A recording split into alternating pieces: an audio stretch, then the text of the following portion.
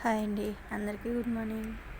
ఈరోజు బ్రేక్ఫాస్ట్ అయితే అయిపోయింది. చపాతీ అలసందల కర్రీ అయితే చేశాను, వీడియో అయితే పెట్టానండి. ఈరోజు కర్రీస్ వచ్చేసి టమాటా రసం, బంగాళదుంప ఫ్రై. టమాటా రసానికి నేను టమాటాస్ అయితే మిక్సీ అయితే పట్టుకున్నానండి. మొత్తం మిక్సీ పట్టుకొని ఒక గిన్నెలో తీసుకొని ఉప్పు, పసుపు, కారము, కొత్తిమీర, కరివేపాకు అన్నీ వేసుకొని అల్లం వెల్లుల్లి పేస్టు, చింతపండు రసము మొత్తం వేసుకొని సరిపోయిన రసం పౌడర్ అయితే నేను ముందుగానే మిక్సీ పట్టి పెట్టుకుంటానండి. రెండు స్పూన్లు రసం పౌడర్ అయితే వేసుకున్నాను.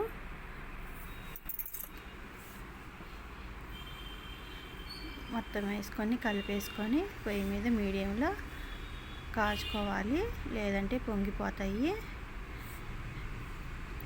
బ్రేక్ఫాస్ట్ అన్నీ తొందరగా 9 లోపల అయిపోవాలండి. మొత్తం 9 అయిపోవాలండి. మళ్ళీ మాకు టైం అవుతుంది, నేనైతే షాప్కి అయితే వెళ్తానండి.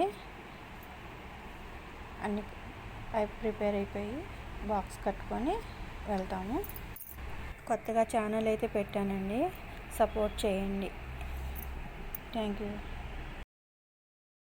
రసం అయితే కాగింది, తాలింపు అయితే పెట్టేసుకుంటున్నాను.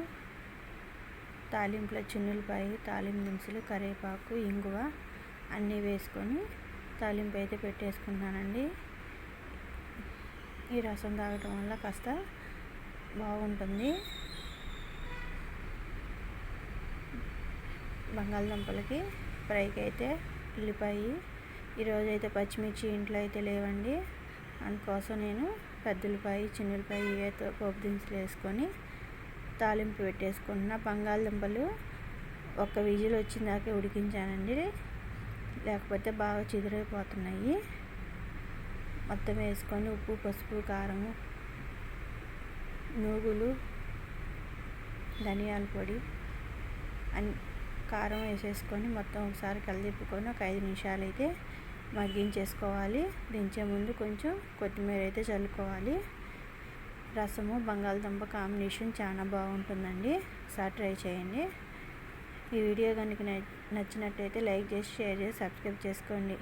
ఈరోజు మీరు ఏం కర్రీస్ చేశారో కామెంట్లో చెప్పండి. Thank you.